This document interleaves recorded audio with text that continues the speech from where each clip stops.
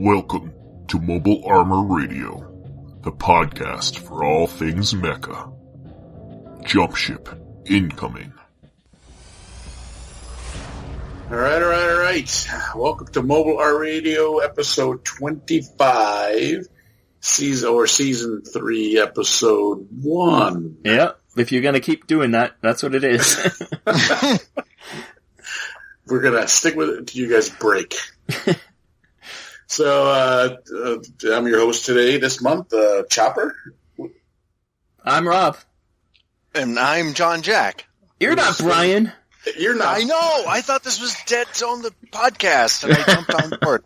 John Jack here is filling in for Mr. Novak, who is getting married this weekend. So send out your congrats to him on the Mar page. Hopefully the stress of wedding doesn't kill him. So with that being said, why don't we head on into the Dropship and see what everyone's doing. Well, that was quick. Well, that's what we're doing, right? Fine. Dropship landing. All right, welcome to the Dropship. So let's see what everyone is working on. Mr. Harper, what have you got going on? Anything? No, nothing at all this time.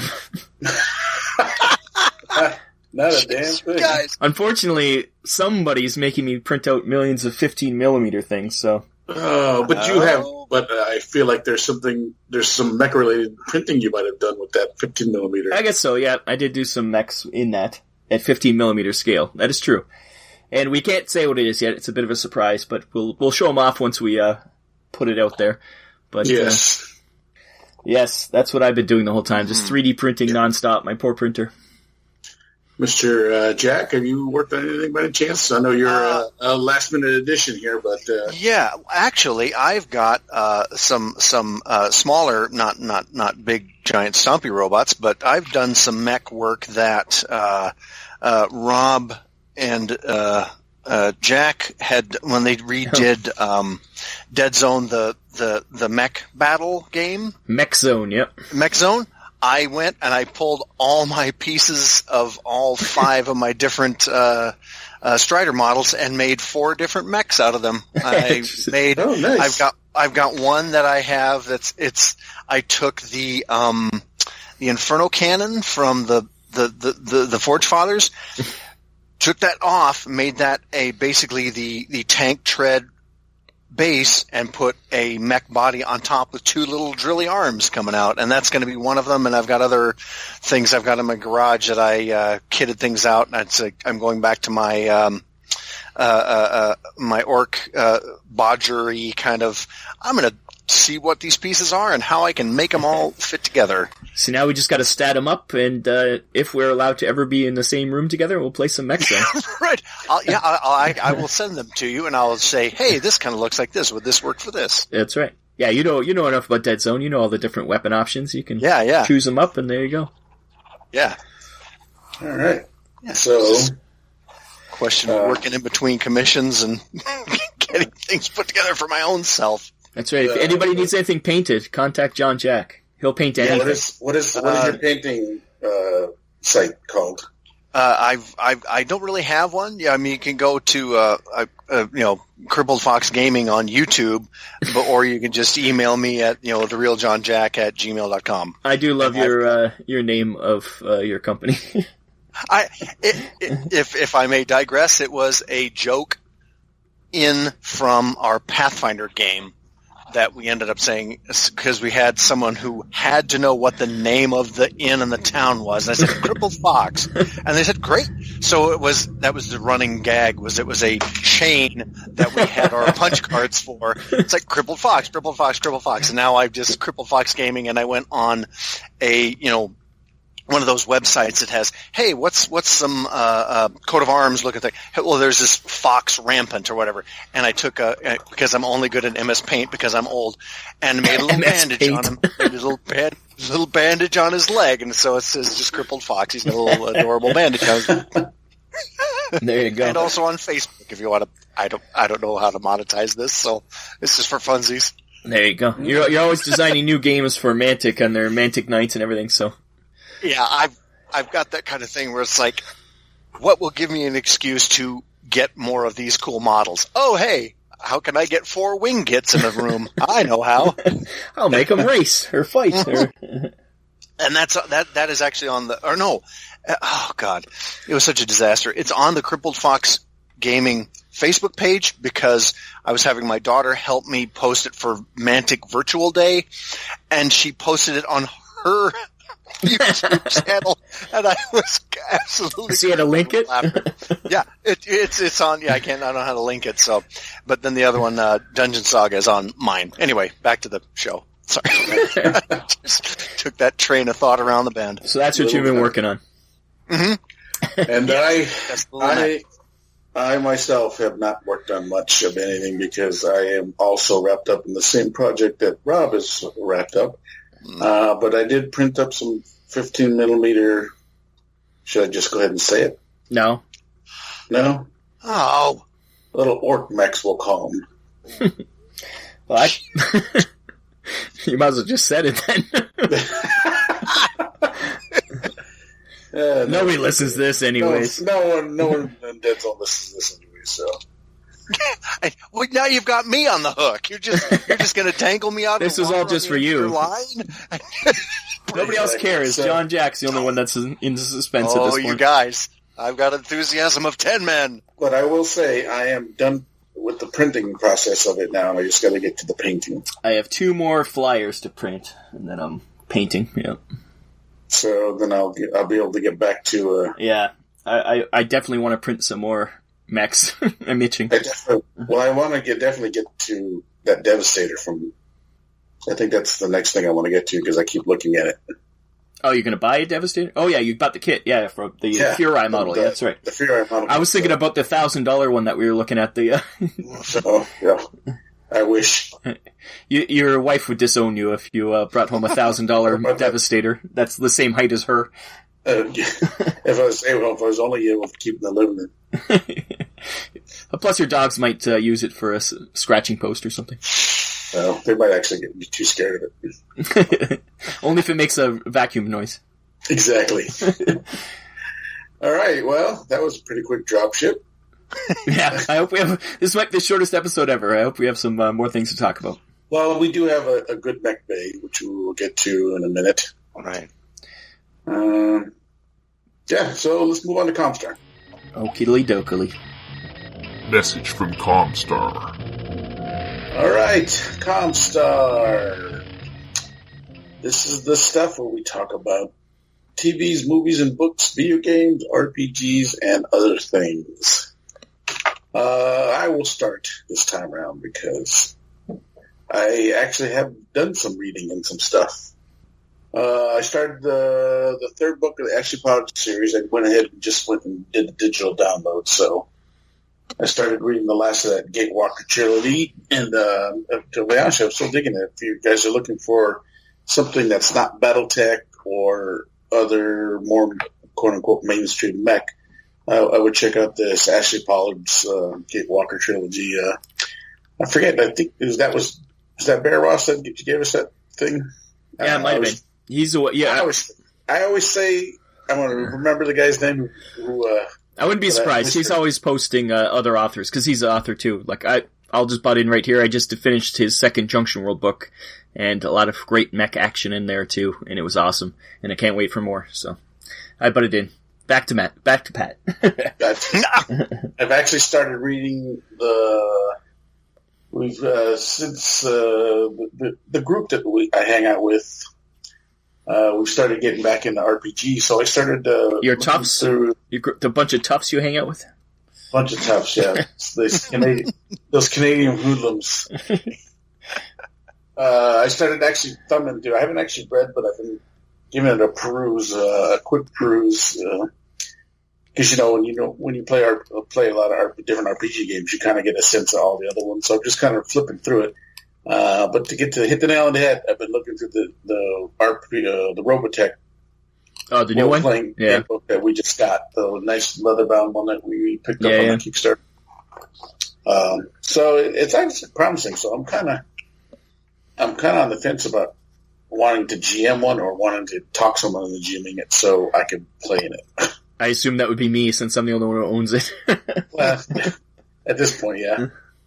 I got some Cyberpunk up my pocket first. We gotta get through that. Yeah, we gotta finish our D&D one, sir, or our old school essentials one, I should say. That is true. He was looking through the Battletech tech manual that I picked up at Gen Con that I haven't had a chance to read, so I started reading through that again. The latest one, the new one that just came out at Catalyst Games. Yeah. So it's really starting to put a fire in me to get a old school Battletech game in. I want to find like 10 to 12 hours to set aside to play a full game. Play some Alpha Strike. I take that back. I just joke. I mean, it's not as long as that, but you know, it's a good afternoon, I think, and I'm looking forward to one doing that. One of the things I saw that our friend at Cav, John Walker at Cav, did, he put a new Almarithal starter set that you can now buy along with the Rock, I forget. You're never going to remember all the other ones. No. Yeah, but he's got a new starter set for him, which is cool. Four mechs, and you get. I think when you buy the starter set, you can buy it with the book or without. They're great. That's where I got my original set. I can't remember who I got originally, but I have so many now. There's so many Cav laying around my room right now. I got the Riddling as my first one. Yeah, I can't remember who I did the first one. Video-wise, I started, we did a nice long talk about Pat Labor and everything, last podcast that it got me wanting to watch the original OVAs again, so I started watching those, when I have some downtime at work, and so it's going to be a little slower going, but the Pat Labor, man, those are good. The OVAs are really good. I mean, they're just kind of funny. I don't know how far you're in yet. But they're funny at the beginning, and then they get damn serious by the end. Yeah, yes. I'll jump on that train. I adored that. That was one of the first kind of mecha-based things I got, and I didn't know what I was getting into, but I thought the mechs were cool. And yeah, exactly. It's kind of a police procedural, and then it's like, oh no, this is getting it takes a different turn. The OVA is one thing, and then they've got. I think I've got the DVD somewhere of the TV show. I was like, oh, okay, well, this is a little more lighter. Yeah, like you said. It's and just to warn people, if you've never seen Pat Labor, it doesn't take a Brian Novak turn. It takes just a serious like political turn, not a Darling of the Franxx turn. We're not going to talk about Darling of the Franxx. So yeah, that's what you're into. Sure. Well, Rob, why don't you continue then, because that's pretty much all I had. Well, to continue on the Pat Labor, I once again, I've had a lot of time off until recently. I went back to work a couple days ago now, but I had a lot of time off, so I watched all of the Pat Labor up until I'm halfway through the 47 episodes of the TV show. I think I'm on like 27 right currently. But yeah, the original OVA and all the movies and the TV show. The OVA, it starts off, like, at first I was like, oh, I'm not sure it is, and then I was laughing my ass off by halfway through, and then by the end I'm like, what just happened? The movies are much more serious, I found. Because the production quality is amazing on the movies, because obviously they were in Japan, they were in theaters, and it almost spoiled me for when the TV show come on, because it looked so much TV show, like, cartoony. I'm like, oh, yeah, I forgot those were movies. But very serious, and one of them's like a noir, like, follows two cops, like it barely, the Pat Labors are barely in it, like, but pretty good, all three movies. And then the TV show, it's back to being pretty light, but there's still some serious stuff. And like, there's kaiju show up once in a while, there's ghosts, it's just crazy. Like, anything can happen in the show. You never know what's gonna happen. When they take a trip to the bathhouse, I was like, wait a minute, where is this show going? Yeah, in the OVA, they do a bathhouse, Right, that's what it was. Okay, I can't remember where it was. That was one that there was fake ghosts. It was like a Scooby-Doo episode. But yeah. in the TV show, there's real ghosts. I'm like, oh, is this a Scooby-Doo episode again? And I'm like, nope, they're real ghosts. I was like, oh, okay. That was the last one I watched, I think. I was just like, well, that came out of nowhere. But yeah, kaiju all the time. In the OVA, there's a kaiju, and in the regular series, there's just experiments of, like, there's always some mad scientist making something in a lab, and then they have to go beat it up with their Pat Labors. Yeah, great show. If you haven't seen it, I know the box set just came out recently without everything, but there's ways to watch it online, I'm sure, and definitely go check out that, because it's great. It is a great show. And at first, once again, the characters, I watched it, the OVA, I watched dubbed, and the movies I watched dubbed, I think. But then the TV show, the first certain ones I watched were all subbed. And I was like, okay, I was getting into it, because I kind of like the way that the Japanese actors are. And then it went back to being dubbed, and I'm like, oh, this is pretty, it was like a assault on my ears, because they went to, it's the classic, like, anime high-pitched voice and stuff. I was like, oh. Oh, no. That's too bad. But you get used to it, and it is light, so it doesn't matter too much, but it's fun. The movies, there's, I don't know if anybody watches Critical Role. In the Pat Labor movies, a lot of the Critical Role cast are doing the voices. I'm like, I recognize that voice. And really? Like, yeah, it's funny. Huh. Yeah. So, that is what I've been watching. How about you, John? You watched anything? I've been doing a whole lot of just hunkering down and doing commissions and stuff. But there's been some stuff I did. There's mechs in it. It's called it's that Tales from the Loop. It's a book series by Simon Stålenhag, who's a Swedish writer. There is an RPG of this, and it's a strange, I can't even describe it. It's a little bit X-Files. It's a little bit Stranger Things. Yes, it's because the main protagonists in a lot of these stories are little kids, and in the RPG, there's a couple people I follow on Twitch. Angeli Smith, the Geek Girl Bookworm, I think is her Twitch handle.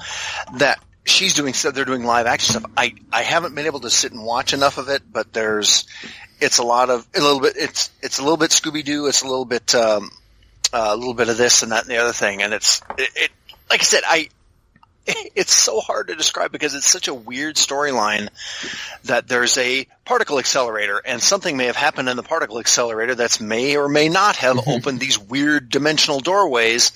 And so they have these giant technical, they're basically laborers who, little kids, hey, I stole my dad's glove. Let's go mess around with this thing and wreck a car or something like that. But it's that kind of thing where it's, I haven't done a whole lot of, extraneous viewing of things, but yeah, it's a really fun, and the books are gorgeous. There's 3 different books. There's Tales from the Loop. There's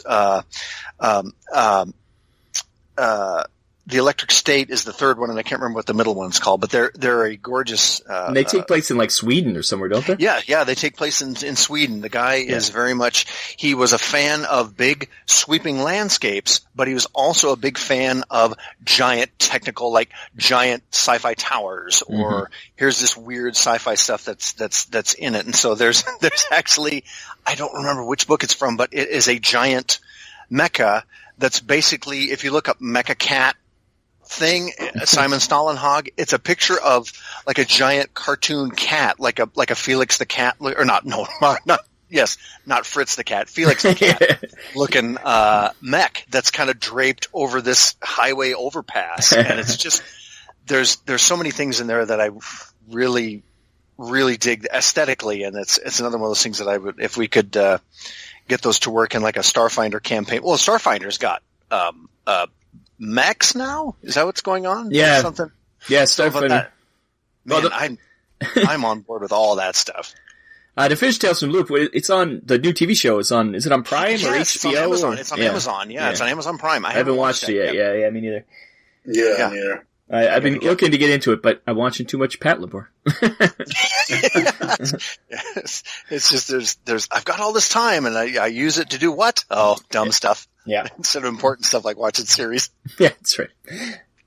But yeah, Starfinder just released, they're adding mechs to the game. It's in beta testing now, I think. The link is, if you want to go check it out, is in the show notes.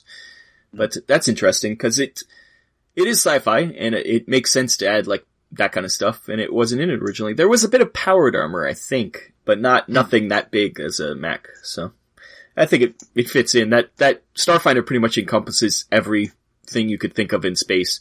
It's exactly. It's, it's like Shadowrun, where it's got all the different fantasy races in the sci-fi setting, but it's in far future. Like, I don't even know if it's a future. I don't think it's Earth-based at all. Is it? Maybe it is.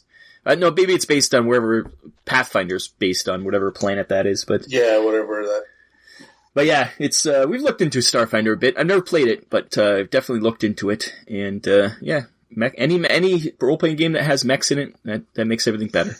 Well, the one picture I see here, it's more like a power armor than a mech. It's a little bit, yeah. It's bigger than that though. It's more like, it's almost like Strider, Dead Zone Strider size, where you kind of sit in it. Yeah. And speaking of other role-playing games that are based on mechs, MechWarrior Destiny is out, the new Battletech RPG. It's available on, I think you can get hard copies, but it's also on what is it? RPG. Drive-through RPG, yeah. And supposedly it's simpler than the previous versions of MechWarrior. I played like MechWarrior like book 2, like not the original one, but the second one, and it was pretty complex. So, and I think Destiny also has some simple mech combat rules in it too, which might be interesting to try out too. Oh, who put that out? Catalyst? Yeah, Catalyst. Yeah. All right. It was part of the. I have it coming, but it's part of the Kickstarter, so it's not coming until the Kickstarter comes. So I gotta wait. Oh, nice. And yeah, I guess I'm just going into news. But there's also our buddy Fabian, loyal listener, I hope still. He found a game called MechTop. It's a new skirmish game. And it's for 1 to 10 players, and you can use whatever mecha models you have. So it's one of these ones. MechTop is what it's called. Sorry, MechTop. Yeah, it's MechTop.com if you want to check it out. Is it going to Kickstarter? I'm not sure if it's going to Kickstarter or if it's just available. It says now live on Kickstarter with solo mode. Oh, it isn't. There you go. MechTop. I have to check that out. I might have to jump in there. 28 days to go. It's 21,000 is the goal, or it's 8,000. Well, let's hope that they get a little bit more. Yeah. It's the best thing is, you don't have to. You just use whatever models you have laying around, and you can play with Gundams. You can play with Battletech. You can play with Transformers. You could play with anything. It's showing Pacific Rim models they're playing with. Like, where's okay? It's just MechTop. I'm quick googling this. MechaTop. MechaTop. Okay, MechaTop. gotcha. Yeah, sorry. Okay, there we go. Because I was coming up with some weird. It's like, okay, I'm the audience surrogate. I don't know nothing. No, it's good. It's good because I think I did say MechaTop. It's MechaTop. Yeah. Yes. Okay. And so I'm excited to try that out. These look like the Furai models, Transformers. Oh yeah, it's whatever you have. You can use whatever you want. A lot of Gundams. There we go. So it's. Oh my. Oh, and it's got the Evangelion. Oh, I'm on board immediately. Yes. If you back it, you have a chance to win a Neo Zeong. Did you see that? I saw that. It's like half the height of that woman, and it lights up. That's the one. That's the one I wanted. Well, there you go. We know you're back in this project now. Doggone it, you guys! It looks like it's me in here. You get for it looks about 40 pounds. You get everything.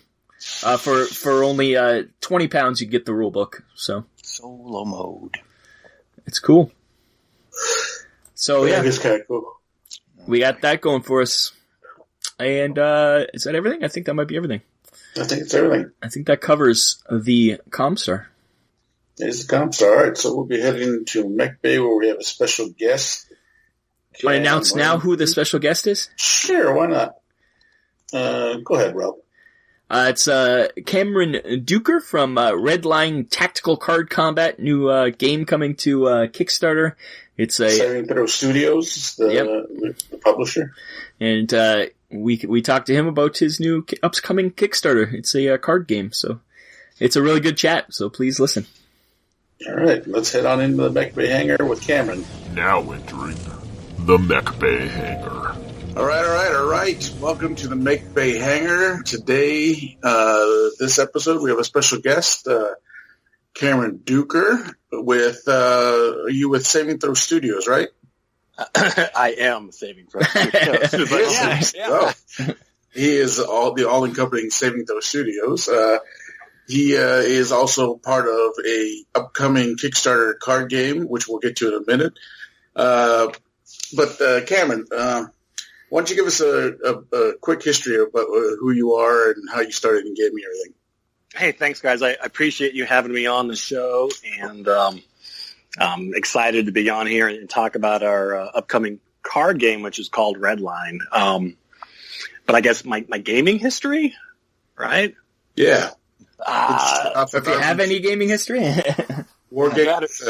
I distinctly remember my very first, real kind of game experience. One of my friends had a Battletech technical readout.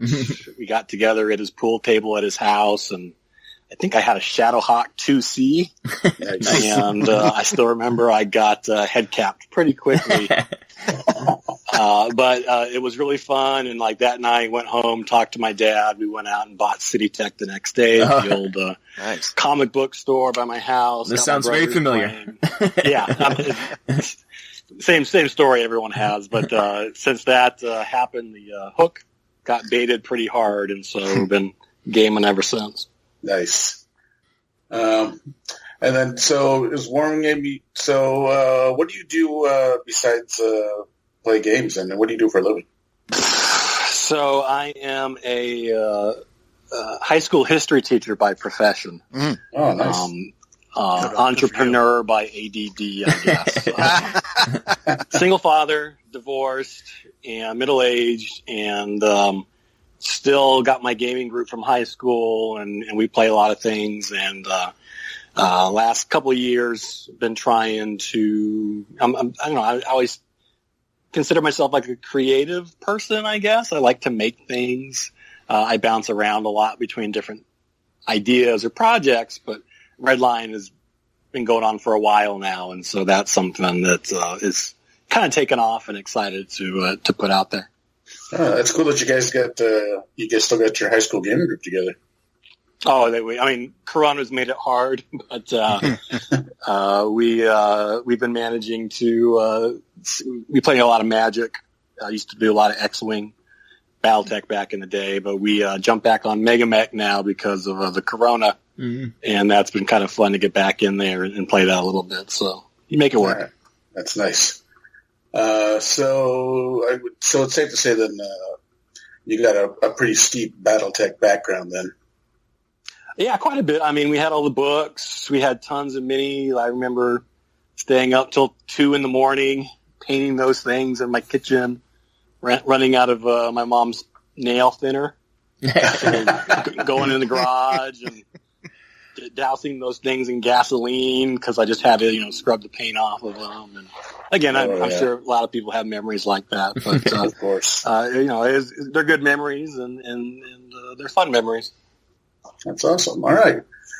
So then so you start with Battletech as gamer, and then now you've moved on to RedLine, which is is it safe to say it's a CCG or is it a deck builder? It's not collectible. That's like Magic and booster packs and random stuff. A lot of people don't like that. That's not what we're into. It's not a living card game. That's trademarked by a different company. So it is expandable. So you know everything you get. You can build your collection up, and then you can play with it. Think of Legos if you're unfamiliar with card games. Okay. You buy your set, and then you can mix and match them later on. Yeah, that's perfect. That's the way to go now. Yeah, CCGs, it's that whole gambling thing. I think it's turned a lot of people off, that you have to keep buying, and the addiction. And believe me, I used to be a Magic player too. So So is it Magic's bad now? So is it like going off the rails with that? A set deck that comes here's this deck with this general or this pilot and that kind of stuff? Exactly. Yeah. So we're looking. Core set would have 2 decks, so you can play right out of the box. Got all the tokens you need, and as you said, the game's built around generals. If you play Magic Commander, that's a popular format now, where you kind of get a leader for your deck. A lot of games do that. Hearthstone has heroes, so RedLine has generals, and then you can buy hopefully expansion decks to get some different cards and play styles, and then mix and match. But you nailed it. Oh, excellent.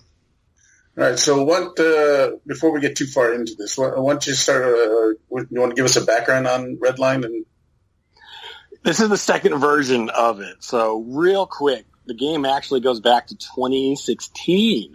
I started playing X-Wing Miniatures game. Okay. And if you're familiar with that, little miniatures moving around a map, rolling dice, getting critical hits, it reminded me a lot of Battletech, but with spaceships. Yes. And for whatever reason, I just had this idea, man, this would be a really cool mech game, and maybe there's like a mobile version light, because I was pretty hooked by this. There wasn't. I was upset, like angry, like why is there not a mobile version of, ships or mechs or whatever? Like it seemed to be a no-brainer, and so with no experience at all, if no one's going to do it, do it yourself. So started to make RedLine as a mobile game, actually. Oh, that'd be awesome, actually. Wow, yeah. No coding experience. Yeah, that takes a lot, I'm sure. I'm just the gamer guy, but was able to build like a team with some coders and artists. Early on, I randomly met an ex-Battletech designer, a guy named Steven Huda, who actually like drew and designed mechs for the game. Yes. And so he liked what I was selling, and he's still on board, but he's the one who designed all of our units. Oh, nice. The art for the game is pretty strong, I think, but that comes a lot from his background and the strength of his designs. We spent a lot of time. We call our mechs Afrits. Every good mech game has a different name for their units. That's right. Gears, Titans, whatever. So Afrit is like a mythological like demon. So that kind of sounded cool. Yeah. It's got an E in the front of it, like E-frame, Exo Squad. Okay, so anyway, you're saying all the right words. Okay, so checking off all the boxes. That's right. And so we had them all as 3D models. We had a little alpha. The game was kind of playable. We did a Kickstarter back then. Highlight of the whole thing was I had posted some parts of the game on Reddit, and randomly one night, an agent contacted me with email, and he represented some musicians in like the gaming industry and was curious if we would be interested in having, a named musician do some music for our game, right? Oh. And I was like, well, let me see who you got, and let's see. I guess I could say the name because we put it on the Kickstarter before it's public knowledge. But we actually, for a while, nothing came of it, but we had Vince DiCola making music for our game. Oh, nice. Does anyone know who Vince DiCola is? You know who he is. You just don't know who he is. Yeah, that's right. He did the music for the Transformers movie. Oh, yeah, of course. Yeah. And Rocky IV. Right? Oh, nice. Yeah, like all that really cool, like, synth 80s rock type of stuff. Oh, man. Yeah, he was going to do a song for us, like the theme song. And I was like, on nerd cloud 9, man, because that was my favorite movie growing up as a kid.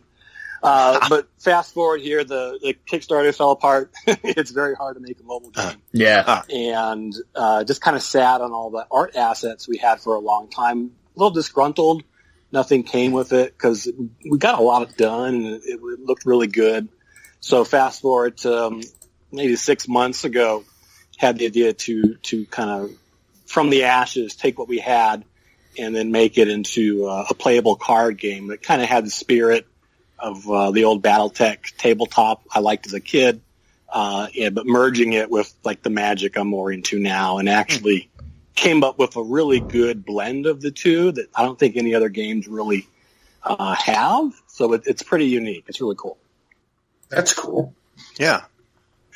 Maybe you can do the Vince DiCola soundtrack stretch goal. There you go. Yeah. Yeah, a little thumb drive comes with the every deck. I'll look into it. You can always just YouTube some stuff while you're playing in the back. That's right. That's the easy way to do it. That is easy. All right. So, can you talk about the mechanics a little bit here? So, yeah, what really makes the game unique is that the game is built around simultaneous combat. So usually when you play Battletech, it's kind of turn-based. But there are rules for double blind, which we used to do every now and then. Where basically you move in secret, basically. So you don't have total information. Mega Mech, if you play that now, the computer version, it's like wargaming, basically. You can hide and stay hidden and stuff. That's the best way to play.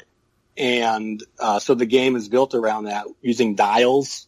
When you plan your moves, you and your opponent plan them at the same time. And what that really does is opens up a lot of strategy, because we also have a map. A big part of Battletech for us growing up was just getting some random maps we had, throwing them on the board and making some monstrosity pieced together map that you had to fight in, right? Yes. That was appeal for us. And so RedLine has that as well. The game comes with a mission deck with a bunch of like locations. So at the beginning of the game, you'll flip the first 5 cards over, and that makes your kind of static map for the game, where you can go and secure territories, and they'll give you bonuses if you can like take the airfield, or you can take the artillery range and stuff like that. But there's maneuver, basically. And a lot of card games don't really have that. You kind of, Magic, for example, is like trench warfare. Yeah, you just go popping your head over the top. Yep. Right. Go swing in the red zone, and that's it. Yeah. But Redline, there's maneuver, so you can flank and feint and set ambushes and traps as you kind of fight over this map of cards. And every game, it's a different map because there's so many mission cards. No 2 games will really be the same. So it's a really cool blending, like I said, of tabletop maneuver, fog of war, combined with your basic card mechanics, like playing instants and equipping your units, making them stronger, stuff like that. It's really cool. Oh, wow. It sounds fantastic. Right. So each Efreet is going to be just from what I was looking at on the gallery and some stuff like that. So you're going to be, each of the Efreets is going to be trying to get to those center places, basically, to get bonuses or something from certain ones. Because I was looking, like I said, was looking at the ones that were here, but there was one that was you could look at an opponent's hand, and is that if you're the only one there, then you get that, or if somebody comes up, then they can both do that? Yeah. Is that something? Kind of like King of the Mountain, right? If you can hold on to that territory, you'll get those bonuses. Okay. And there's one, like, I think there's like a fallen satellite. You can secure that's that. The one. Yeah, exactly. Yeah, so you can kind of peek into your opponent's hand. But if they take it away from you, then they get that advantage. Okay. So there's a lot of tug of war going on and fighting over, just like in Battletech, get the high ground or control that little canyon and stuff like that. So maneuver is a big part of the game. So yeah, definitely. Right. Okay. Yeah. What do you estimate the length of the game? The game's is probably about 30 minutes. Oh, that's good. That's nice. It is, it can be shorter, it can be longer, but card games, a lot, they're kind of pick up and go, and they're a little bit faster. You don't got to set up everything as much as like is in Battletech. So it's probably about 30 minutes for a game. So bites, I don't want to say bite size, but it's that's great. Nosh. Yeah, nosh size. That's good. I'm going to use that. Are you going to offer a print and play option in the Kickstarter, or is it just starter sets and things? It's possible. We got a lot of cool backing awards we're looking into. I haven't told anybody yet, but our designer used to work for Iron Wind Metals. Oh yeah. Really? Oh yeah. We really lucked out. So we actually are taking these Efreets, and we're working right now to put them into like Battletech scale. Oh, that would be awesome. Plastic miniatures. Yeah. And if you've seen these things, definitely go on to redlinegame.com. And you can check them out, but they really look cool. We'll have all this on our page and in the Facebook and everything for you guys. Yeah, and your Facebook page has a link to all the artists. I was going through and looking at like Philip Hammer and the different artists and stuff, and I was looking at some of that stuff that they did the artwork for your cards. That's been one of the funnest parts of this, is just building up this world and finding artists to work with us and to create this whole thing. And I've gotten a lot of compliments. I'm not saying it, other people are, that the art for the game is amazing. Well, just before we came on, we were saying the exact thing. We're like, this art is amazing compared to, like, you see a lot of Kickstarters and you're like, oh, you could tell they just got their buddies to do it. But this is like real top line art. Even the card layouts. Yeah, the layouts, Yeah. Oh, exactly, yeah. Put a lot of work, but it's a mix of some professional artists, students, hobbyists like me. I consider myself a hobbyist, but people who are just kind of passionate. They're creative, and they want to be involved in that creative process. They want to make something, and so there's been a lot of work to make things look right and tweak. But I'm glad that it shows. Yeah, because the game does look really cool. Yeah, it looks super professional. Yeah, for sure. Yeah. Do you have a estimated timeline of when you want to get this done and things? We're looking to do the Kickstarter in a couple weeks. When I did the mobile game Kickstarter, in my hubris, I did a stealth launch. It worked for, like, if you ever play Apex Legends or something, that's kind of the trend now, is to just drop a game on people's laps.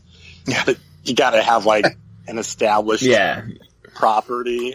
So we're just making sure we're taking our time and doing it right, but we're looking probably towards middle of July. And we already got a lot of people signing up with interest right now, so don't want to rush it. An estimated? Can you give an estimated ship date at this point yet, or? We're aiming for Christmas. We'd like to try and get it out by Christmas. Oh, that's pretty soon. Excellent.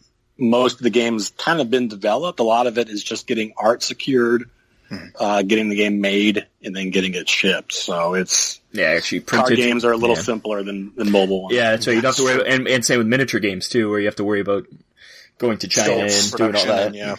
Yeah, exactly. That's Don't cool. quote me on that, but that's what. No, yeah. Well, any Kickstarter, there's always bumps in the road, but it's good to have a quick timeline. You have a sense in your head where you want to go. But, of course, just like anything else, that's subject to change as things happen. Of course, yeah. No. How long are you running the Kickstarter for? Like, are you doing like a month or? 30 days. 30 days. But like a lot of the first 24 hours really is crucial for any project. Not first and last. You wanna, exactly. You want to make a good start and you want to finish strong. So we're, like I said, trying to dot our I's, cross our T's. Yep. Get set up for there. We got some really cool rewards that we'll be sharing also in the future. So hopefully people are excited. Nice. So looking through the gallery here and the cards and the card that you sent us, it looks like you have light, mediums, and a heavy. Plan on going any bigger than the heavy, i.e. Battletech assault mechs? Never say never, but that was a design choice actually early on to kind of separate a little bit, is not going to the heavy assault classes. Yeah.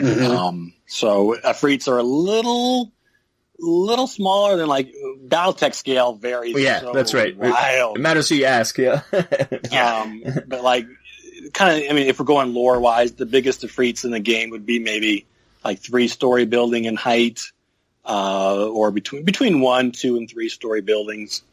And we're not going into 100-ton territory yet, but never say never. Is there going to be tanks and things like that too, infantry, that kind of stuff in the game? Right now, it's the course that is just focused on the Afrits, but definitely we got some ideas been working with to get airplanes, tanks, or infantry, making them mechanically different. Yeah, that's the question. Still fit in the game, but we got some ideas we're looking at. But cool. You got so many ideas and so many things you want to do. That's the expansion, right? You got to pump the brakes. You got to be slow and not do everything. At once, get the base game out, and then you see how that does, and then everybody will be clamoring for more after a little bit. There you go. So many inspirations, but like physical combat and the clans. That's kind of set up in the game that they. Not saying that the clans, but that storyline could maybe be coming in the future. Invasion. That leads up to my one question I wanted to ask later on at the end here, but since you brought it up, we'll ask it now. Are you clan or no clans via Battletech? Oh, my friends will tell you I'm a dirty clanner. You just lost Pat. Pat just... it's so hard to be because we play battle value, and it's just so expensive to run anything clan is just I don't know how those guys ever did so good they did during the invasion because their battle value is just out of whack. Originally it was the other way where it was just they're too powerful, and I think they overcompensated with the game and they made them way too. It's brutal, and my buddies play zombie mechs, so I can't drop those things, and they're killing me pretty quickly. But yeah, dirty clanner. Which clan though? What clan are you at least? Clan Wolf in Exile. There you go. Is that your thing too, bro? Yep, I'm Clan Wolf. Yep. But I mean, you bring it up, but like that was actually a big influence on the game's design. I don't know if you read any of like those source books growing up, like the Clan Wolf source book. You know, those stories that they would tell about the invasions of Tuckayid and the Rock or wherever. You know, like. You know, they would drop down and they got ambushed in the swamp, or you know, Jade Falcon was too cocky and so too ammo dependent, and so when the battle went long, they like their missile bays went dry and they had to retreat. Like that whole kind of tactical feel of those battles was actually a big influence on the game design to try and get that into the card game. So you have to like pull your guys back to base for repairs and upgrades, and then move them back up to the front. So there really is, it kind of feels a little grand. Yeah, a lot more strategy going on. Yeah, it's not just attack. Yeah. There's logistics and supply lines. It's really kind of cool. But those source books were kind of the inspiration for that. Oh, that's pretty cool. Yeah. Anyway. And but yeah, okay. I was just going to ask if you could give us a little overview of the fluff, the history of it, where these Ifrits come from, that kind of stuff. It's you got the whole backstory I see on the website. Like you go right for like 100 years of backstory here. Yeah. I'm like I said, I have entrepreneurial ADD, so I'm an amateur screenwriter as well. But yeah, you got to have a good story. So RedLine is near future. I think the game is set in 2060, which is not far away, 40 years. And you see right now space is being commercialized in SpaceX and, you know, going to Mars. You know, Elon Musk's car is still on his way to Mars right now. So, like, let's start from that point and let's say, you know, like, space exploration becomes more commonplace and becomes commercialized. Like, what would happen? And so in the world of RedLine, asteroid mining is coming in the near future, and that really changes the economy, and all these rare earth metals and access to new minerals flooding into Earth is a technological boom, right? Going into the moon is no problem now. Even Mars colonies are being developed, and there's this golden age of space travel where space is, again, common and profitable and helping everybody out, right? But humanity being the way they are, space isn't big enough, and so there's conflict as they fight over the wealth in the asteroid belt, and there's a Cold War going on. Not on Earth, we don't want to blow that up, but there's a war going on in space, and the Ifrits are invented during this time with this new technology is kind of a better weapon. They can fight in space and is adaptable, kind of like Battletech mechs. You know, they can go in any terrain. But anyway, so Ifrits are invented during this technological expansion, and where the game takes place is after this kind of, they call it the Solar War. Factions on Earth have been pushed out and have to take refuge on Mars. the Crimson Pact of Mars is what they are called. And then the remaining Earth-based forces have to kind of cluster together, and there's conflict between these two sides in just about 40 years. And that, I don't know, man, 2020 going the way it is, we may be sooner than that. You underestimate how fast. It starts, yeah. But yeah, it takes place in the near future. So what are the factions that you're playing right now? So right now there's the Mars-based Crimson Pact of Mars. They're kind of like a combination of kind of like Russian and Chinese outcasts who kind of lost control of the Earth. You got the United Nations of Earth, the UNE, who are kind of like United States, Japan, England. They're kind of the last ones standing on Earth, but they have to. There's this huge population of people left behind. They got to like watch over and secure. So they're not in good shape. The CPM is trying to establish themselves on Mars.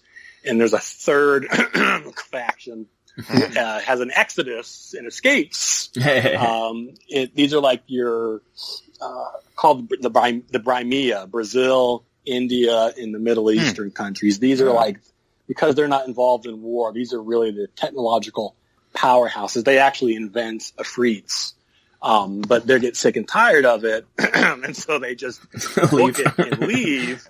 And where they go, I don't know. And if they come back? I don't know, but they're gone. So that's a faction who's missing right now. Nice. I like how it's just within our galaxy or our solar system. I like how it's I like that a lot, where it's Mars versus Earth kind of thing. That's kind of fun.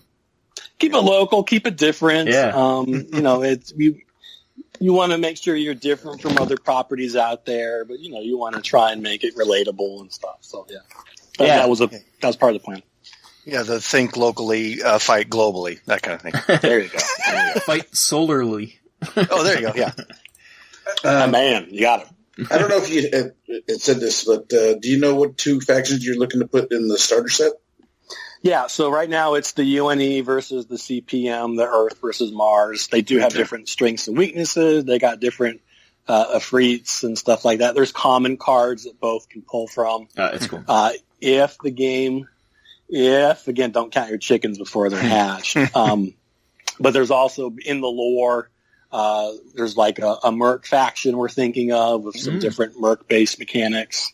Industrial mining was a big part of the game, and so there could be like companies, and these would be like afrits with like drills and torches and jackhammers. But again, like I said, you don't want to do everything at once. No, keep it between the two factions at first, and then So 2 at first. We'd like to add 2 more, and then those guys that are missing, I don't know what's going to happen with them. So once again, with the afrits you're showing on the page, the ones with the star are the Mars, and then the eagle is the UNE? Yeah. So they got those faction symbols. Heck. I'm going to go wrong. Yeah. So, sorry. So go to the website, check it out. That's what I was there now. That's why I'm looking at them. And each faction's got different strengths and abilities and weaknesses. If you play Magic, different colors do different things, and so kind of that's in the game as well. Yeah, we noticed the different weapon systems seem to have different colors and stuff. Yeah, exactly. Yeah, that's cool. So very excited. With the preview card, so we sent you guys a preview card. I know people can't really see it right now, but just we'll definitely put it up on the webpage and on the Facebook page too, so you can check it out. Yeah, check it out there. Go to the RedLine game.com to see the rest of them. But just to kind of show you some of the care maybe and thought we put into it. So each unit, each Afrit has some basic stats. Battletech is so complex with engine sizes and endo steel and internal, but armor. You can make anything you want. But so there's some customization here is that each Afrit's got a basic attacks value, an armor value, and a speed value, because that's really important in Battletech, right? Little guys are a little hard to hit. The bigger guys are chunkier and slower. Each Afrit has certain upgrade slots. So, those are the ones on the bottom. Yeah, so in Battletech, Omnimex, I guess you could put anything into those, but I know the some of the video games have maybe limited it. So like there's a missile pod or a laser arm, so you can only put laser weapons kind of class. Put weapons in certain classes. So each Ifrit can only be upgraded with certain weapon cards. Some can take missiles, some can't, so that makes them unique. They got special abilities. You can put unique pilots in them that also give them new abilities. Really upgrading your mechs is a big Ifrits is a big part of the game. So they are, a base model's fine, but you want to make it a little bit more durable. So upgrading them is a big part of the game. I do like also, we're talking about colors, but everything has symbols too. So even for the colorblind, have you thought of that? I can see that. Yeah, that's really smart. That's a good thing to do. Oh yeah, I mean that's a big, playing card games. You want to make it easy to read.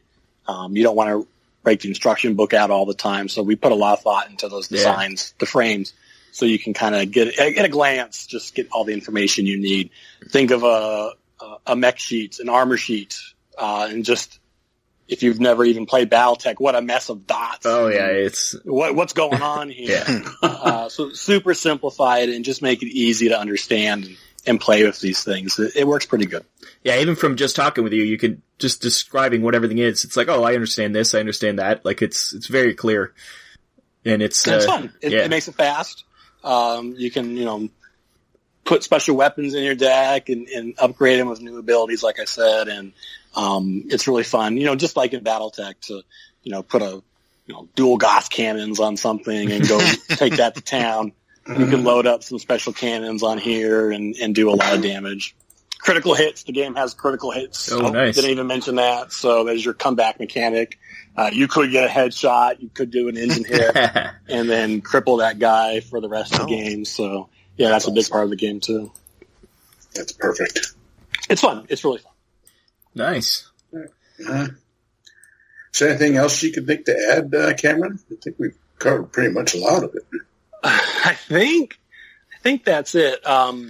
We're gearing up, like I said, for a mid-July launch. Go to redlinegame.com and check it out. We got card gallery. We got some rules. We got a lot of the art. We just saw you posted up that build a mech kind of competition you're doing right now.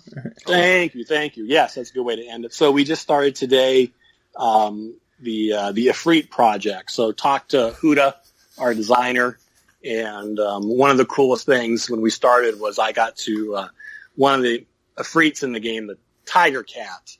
That was like my mech in Battletech growing up. That's something I made and always used. And to work with him and actually take that design from as a kid and make it into like a real 3D model now was a really cool experience. And so we want to open that up to fans of the game and give them a chance to pitch in. And as a community, let's build a Ifrit together. So if you go to our Twitter, which is at Studios Throw, I believe.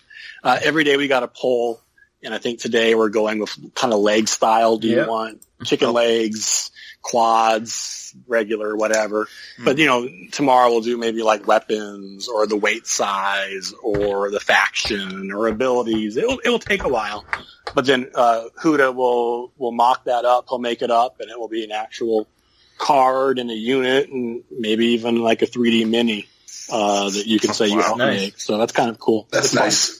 Yeah, it's really fun. And we did share that to our Mobile Armor Radio Facebook page, so anybody can go there and find the link to the Twitter. So yeah, thank you. Yeah, go right there. Every day, different thing. I'm a little worried when it comes to naming it. You don't want mech face? My brother suggested that right before I got on. You're the second. That down. But, well, that's just the classic. Unfortunately, that's what you get when you ask the crowd what they want to name something. If it gets the vote, 2060, it's not that far in the future. That's true. You know what? It could be a throwback to a meme. They may be doing that in the future. Who knows? Man. You definitely have to give that to some Merc company then at that point. Great. Now it's practically done. Done deal now. We'll fight against it. Don't worry. Thanks. All right. So the game is called RedLine. The game's called. Sorry. I'm sorry, I was just kind of recapping. So the game's called RedLine. You're looking to start the Kickstarter in July-ish? Mid-July. Check us out. If you don't like it, hey, appreciate the time. But if you like the old Battletech CCG... Yeah, I can't see if you're not liking it after seeing this. And you're listening to our show, it's right up everyone's alley, I think. Absolutely. I would hope so. If you like the tabletop, if you like the CCG, because there was an old Battletech card game a long time ago, if you like Magic now, Warhammer, whatever, it really is kind of a really good blend of all those different genres. And it's unique, it's fun, it looks awesome, and it plays just as well. It's really cool. So check us out. Give us your time. So follow them on their Facebook page, Savings Throw Studios. Yeah. Saving Throw Studios. Their Twitter is, I had it here in my head. I'll make it easy. Just go to redlinegame.com. All those links are there. Comfortable that's website. Easy way to do it. Yep. You click on what you want, and if you, like you said, if you like it, follow us, and if not, I appreciate the time. So we'll definitely have the links in the show notes here. It's Studios Throw, anyways, your Twitter. There we go. And redline.com, you said, redlinegame.com for the website. Redlinegame.com, yeah. Cool. So please follow, check out their Kickstarter. This looks like it's going to turn out to be a very cool card game. Yeah, we'll have to have you on after the Kickstarter ends to go over what everything got unlocked and get excited about when it comes out. Do a after action report. That's right. For sure. Awesome. Yeah, that'd be cool. All right, Cameron. Anything else you'd like to add real quick? No.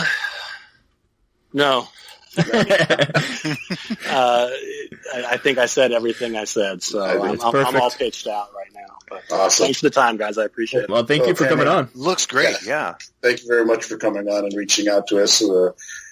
We're glad to be pushing this thing because I'm very excited for it, actually. Put a lot, and I'm just a regular gamer like everybody else. Like I said, not any big studio. We're not any big. We want to make it look legit, but we're just a regular guy who plays games on Friday with his friends, but trying to make something awesome. That's awesome. So cool. All right. Thanks, guys. Yeah. Well, thanks very much. Well, thank you. Thanks a lot. Let's exfil out of here. All right. Thank you, Cameron, for being on the MechBay Hanger. We are all very excited for RedLine, the card game. We spoke about this enough in the MechBay Hanger, with the artwork on the cards look great. The layout looks great. It's the part of it that gets me excited about this game that makes me kind of want to back it. Oh, yeah. Yes, indeed. Yeah. I think it's a guarantee. There's no chance I'm not backing this game. Yeah, definitely. Yeah. And it's a fairly low buy-in. It's cheaper than a Commander deck if you're a Magic Gathering player for a 2-player starter set. So, and it's not a CCG, so I'm definitely more interested than I am if it was a CCG. Yeah, I really like that. It's something you can go in. It's like, is this all I need to buy? Yeah, if you want. If you want to expand it, you can do this and that and the other thing. It's like that will hook me right in. If it's something I don't need to buy, if it's not an arms race at all times. Yeah. Definitely. So check it out, redlinegame.com, Saving Throw Studios at Facebook, and give him a shout-out. Go to his Twitter. Yep, follow it all up. Help build a mech for the card game. Check out our MAR page for all the links to the game and a special card that he has given us to share with you guys. Not seen anywhere else, not even on their webpage. So check that out. And I guess that's all we got, right? Yep, I think that covers everything. Stay tuned for next month again. Hopefully Brian will be back. He'll be fully married, and then he'll be looking for an excuse to get on the podcast. Yeah, not that we want to get rid of you, John, but you've been a good stand-in. But we miss Brian and his weird anime. So yeah, the only bonus to me is I'm taller than Brian. That's the only thing. Yeah, it's true. That's true.